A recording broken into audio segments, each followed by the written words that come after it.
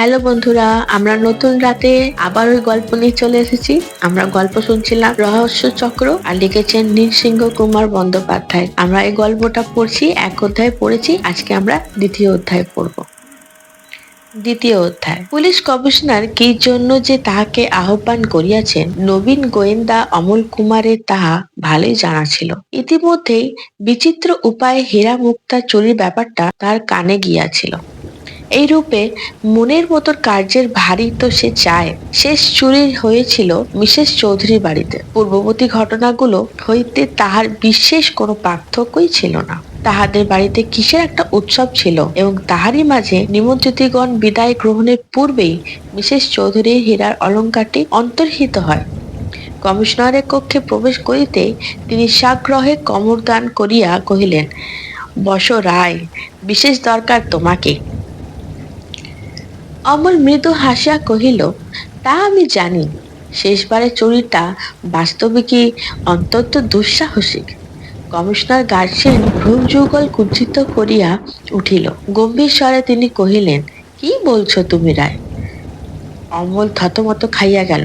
কহিল, আমি উত্তরপাড়ার মিসেস চৌধুরীর বাড়ি থেকে হীরের হার চুরির কথাটাই।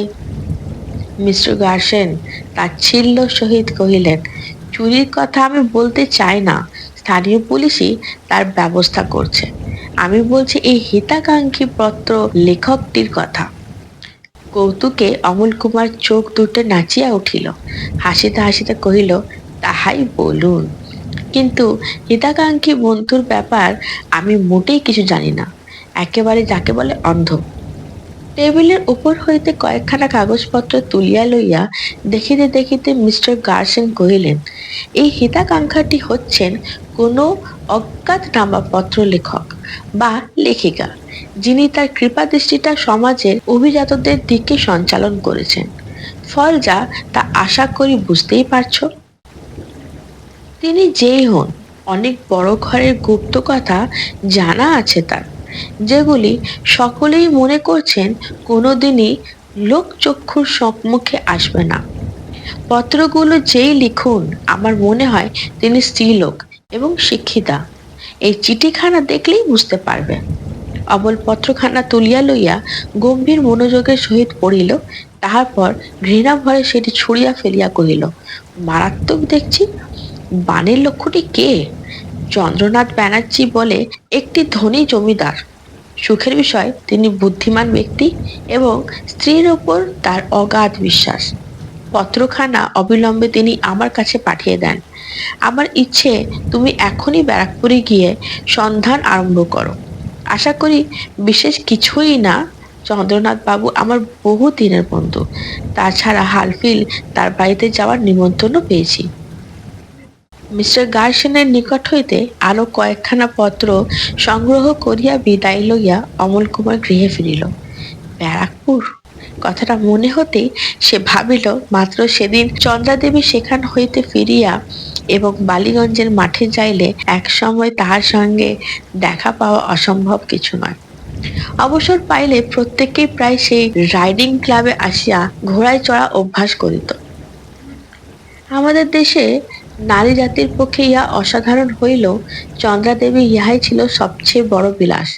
ইতিপূর্বে দেখা করিতে গিয়ে বহুবার সে ব্যর্থ মনোরথ হইলেও অমল কুমার স্থির করিল আর একবার চেষ্টা করিয়া দেখিবে। মাঠের অনতি দূরে ট্যাক্সি হইয়া নামিয়া সে ধীরে ধীরে ভিতরে প্রবেশ করিল। ইউরোপীয় নরনারীর ভিড় যথেষ্ট। তাহাদেরই মধ্যে অমল কুমারের তীক্ষ্ণ দৃষ্টিটা বারে বারে অন্বেষণ করিয়া ফিরিতে লাগিল এবং আশা সফল হইল, তাহার বিলম্ব হইল না। ছায়াঘন একটি গাছের তলে কালো রঙের বৃহৎ একটি অশ্বের উপর খুজুভাবে বসিয়া চন্দ্রা একজন সম্ভ্রান্ত ব্যক্তির সহিত আলাপ করিতেছিল। তাহাকে দেখিয়া খুশি মনে ডান হাত বাড়াইয়া দিয়া কহিল, আরে আমল বাবু যে! আমার ধারণা ছিল আপনি দিল্লিতেই আছেন। কবে এলেন? 2 দিন আগে পর্যন্ত তাই ছিলাম বটে, কিন্তু আমার মানে টেলিগ্রাফ করে আমাকে আনানো হয়েছে। আলাপ তাহাদের বহুদিনের হলেও নিজের পেশার কথা কোনোদিনই সে চন্দ্রাকে বলে নাই। এবং চন্দ্রাও জানিবার জন্য কোন রূপে কৌতূহল প্রকাশ করে নাই। কিছুক্ষণ কথাবার্তার পর সহসা চন্দ্রা মুখ টিপিয়া হাসিয়া কহিল, কে ভালো ঘোড়ায় চড়তে পারে এই নিয়ে আপনার সঙ্গে আমার একদিন বাজি করার কথা ছিল, কিন্তু দুঃখের বিষয় সেটা বোধহয় আর হলো না মিস্টার রায়। আগামীকালই আমি কলকাতা ছেড়ে যাচ্ছি। অমল কুমারের মুখের উপর দিয়া লঘু বিষাদের ছায়া একটা ভাসিয়া গেল। চন্দ্রা সেটা লক্ষ্য করিয়া মৃদু হাসিয়া কহিল, মিস্টার ব্যানার্জি, চন্দ্রনাথ বাবু এই সপ্তাহটা তাদের ব্যারাকপুরের বাড়িতেই কাটাবার জন্য নিমন্ত্রণ করেছেন। আপনি যাচ্ছেন নাকি সেখানে? অমল তৃপ্তির একটা শ্বাস ফেলিয়া কহিল, নিশ্চয়, নিমন্ত্রিত হয়ে আমিও যে কাল সেখানেই যাচ্ছি। আশা করি বাজিটা সুবিধা হলে সেখানেই হবে। তারপর এই কটা দিন কি শহরেই কাটালেন? চন্দ্রা মুহূর্তের জন্য ইতস্তত করিয়া জবাব দিল, না, মাঝে নিমন্ত্রিত হয়ে কয়েকদিন উত্তরপাড়ার মিসেস চৌধুরীর বাড়িতে কাটিয়ে এলাম। গভীর বিনয়ে অমল কহিয়া উঠিল, কোথায়? যার বাড়ি থেকে সেদিন হীরের অলঙ্কারটা চুরি হয়েছে। তাহার মনে হইল চকিতে চন্দ্রার চোখে পাতায় একটা বিচিত্র দৃষ্টি দেখা দিল। রক্তাভ কলাপ আরো গাঢ় হইয়া উঠিল, কিন্তু নিজেকে সংযত করিয়া লইয়া ছোট্ট একটা হ্যাঁ বলিয়াই সে ঘোড়ার মুখ ফেরাইয়া রইল। মাথা নাড়িয়া অতি অসাধারণ একটা অভিবাদন করিয়া মুহূর্তে সে দৃষ্টির বাহিরে চলিয়া গেল। অমল স্তব্ধ বিস্ময়ে সেদিক পানে তাকাইয়া দাঁড়াইয়া রহিল। ভাবিয়া পাইল না অজ্ঞাত কোনো কারণে চন্দ্রা আহত হয়েছে কিনা। মাত্র একটি কথাই তাহার মনে ক্রমাগত কাঁটার মতো বিঁধিতে লাগিল, অলংকার চুরির সময় সে চৌধুরীদের গৃহে উপস্থিত ছিল। মনের এই অস্বস্তিটুকু লইয়া সে কর্ম সমুদ্রে ডুবিয়া দিয়াছে।